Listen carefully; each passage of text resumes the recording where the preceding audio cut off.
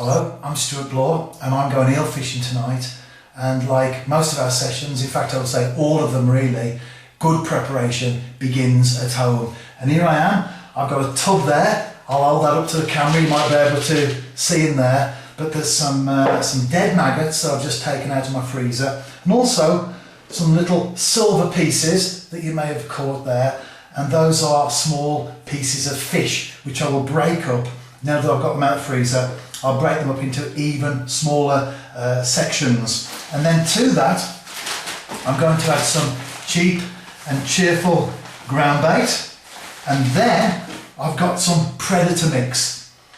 And this, I wish we had smell-o-vision, this smells horrible. But then again, it's not meant to attract me, is it? It's meant to attract the eels. So I'll mix all that up, and then when I do get to the venue, I'm on a lake tonight, when I do get there, the maggots, the fish pieces, will have taken on the flavour that's in the predator mix. And then I'll add some water from the venue, mix it up, and I'll put the bait out to attract the eels. I'm deliberately using dead maggots because if I put live maggots out, very quickly, it's a silty bottom, very quickly they would just disappear. And the thing with eel fishing is that you can't guarantee that you will have eels in your swim right the way through the session. In fact, you can't guarantee with eels that you'll have them there at all. That's the nature of it, of course. But at least with dead maggots, they'll sit there on the silt, and as I put the stuff out, when the eels do come in, which is what I'm hoping for with all the attraction I've got, that it'll keep them in the swim feeding, and of course,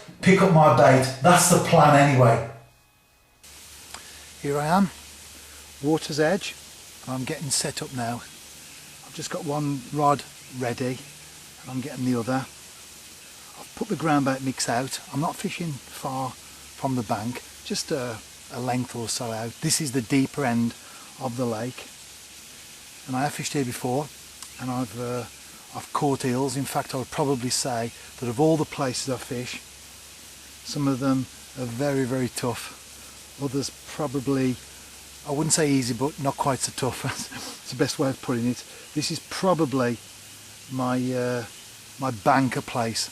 I haven't put the kiss of death on myself there by saying that, but I very rarely blank on here. In fact, I don't think I ever have. Not big eels though, just small ones. But if I can catch a 2-pounder tonight, I'll be really happy. Here are the tawny owls, lots of trees around this particular lake. It does get a good number of tawny owls, particularly this time of the year. The young have fled the nest and they're still in family groups in the area. So they'll keep me occupied tonight, always looking out for the creatures of the night like bats and owls and white-clawed crayfish, although I don't think there's any of those in here. Well, I've never seen any anyway, it's too deep down this section. The rods are out, no doubt you can see there my pod. The ground is very, very hard. We haven't had much rain at all recently, so I would have great difficulty getting bank sticks in. And so a pod's fine. I'm not fishing far apart with the baits anyway. I've actually got a free running rig, a lead, which is very, very light, just enough to take it out, get me down to the bottom, and then that's just a simple hook length with a size 4 hook on, single hook. I'm actually fishing very small dead baits, taking them in half, using a head section on one, a tail section on the other, and it's looking good because I'm getting a bit of a take as I speak. But no, this is good, isn't it? Anyway, while I've got that there, I'll show you what I was talking about with the lead. You can see there, just a very, very small lead, and I've got a buffer bead, and then so the little head section there. Well, that was quite good, wasn't it? There are lots of small eels in here, and you get lots of those sort of encounters when you're out fishing, but just occasionally 2-pounder might pick it up, and that's what I'm hoping for tonight. Rods are back out. I should have let that one go a little bit more really.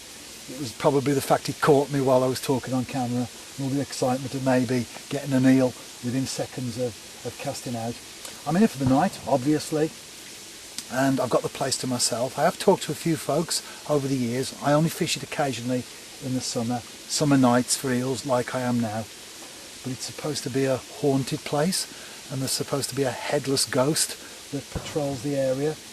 And I've heard from more than one person that they wouldn't be seen dead during a night on this place. And I always find that quite interesting, really, because I'm a committed Christian, and the people that I'm talking to generally don't believe in God, don't believe in all that mumbo jumbo stuff that I believe in, yet they actually believe in a headless ghost that walks around the lake at night. So I find that quite funny, really. But anyway, my rods are out, and I'm now going to get my bed chair up. Not got a shelter for tonight. It's going to be dry. Bought my brolly just in case. You have to with the British weather. But I'm just going to stretch out next to these rods, and hopefully we'll have an eel for the camera. And I don't know about the headless ghost, but I think we might get an eel tonight. The conditions are quite good. So I'm putting my neck on the line there, a bit like the headless ghost did, I suppose, at one point.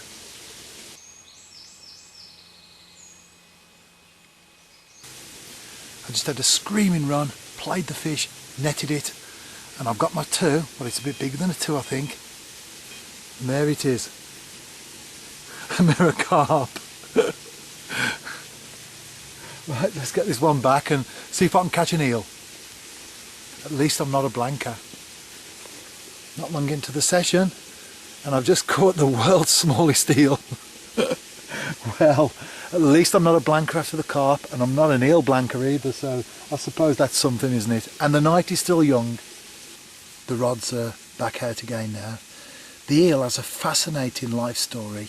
It's born in the Sargasso Sea, which is off the Caribbean,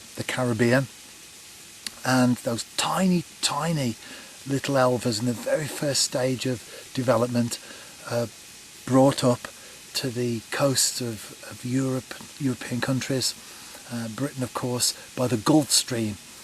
And in this instance where I am now, that eel that I just caught, although it's a small one, it's made its way all the way across the Atlantic.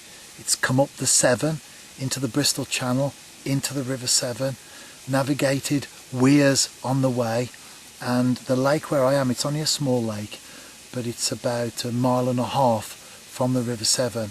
And I don't know if you can hear on the camera, but there's an outlet, so you can hear a little bit of water going out. There's a brook that comes in, goes out the other side. Eventually it makes its way into the River Severn, and that eel has come all the way from the Caribbean, worked its way up into the River Severn, into this particular lake. So they have a fascinating life story, and of course, as no doubt you're aware if you are an angler, they're also in serious decline as well.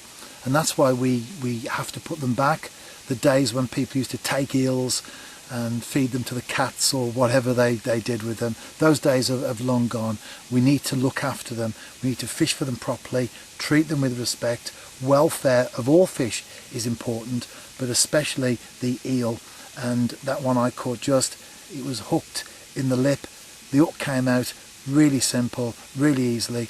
It's gone back into the water to live and fight another day, and that's the way it should be. We're now well into light, as you can see.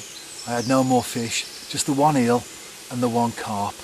All the creatures of the night have now gone home to bed, and that's where I'm going. Not to bed though, I'm going back home to kick off my day, do some work and carry on with all the things that I have to do in my normal life. Because a lot of people would say this isn't normal, sticking out like this all night long by the side of water. But of course, if you're an angler, you understand exactly where I'm coming from. Check out my website. It's been going for over 10 years now. It's updated every Saturday with an article. I'm an all-rounder, don't just fish for eels. In fact, I only fish for them very occasionally. You can find all the species that I've targeted over 10 years on there. And if you're on Facebook, make sure you like my page. It's one of those that you like, not a friend, but a like page. Because, well, depending on when you when you view this, of course, but if you're viewing this as it's sort of coming out, as it were, when I reach 1,200 200 likes. I think I'm about 40 off at the moment. I'm going to run a competition, draw a name out at random for someone to come and have an afternoon's fishing with me over at Dudmaston on the Kimber Freeliners ticket. So if you fancy that, if you're local, you can get up there and fancy a day or an afternoon on Kimber Freeliners at Dudmaston Hall, Great Tenchwater. If you fancy that, then make sure you like my page, because once I've reached 1,200 likes, going to draw a name out at random, as I say, and we'll have an afternoon together up at Dudmaston. Anyway, if you're out fishing yourself, tight lines, and I'll see you next week. I'm after carp next week, so hopefully they will be a bit more productive than these elusive eels. And I've done some other sessions, of course, not just this one, for eels. So if you want to know how I got on, then check out the description box here on YouTube on the video, and it will take you to the article, to the blog entry for eels. See you soon.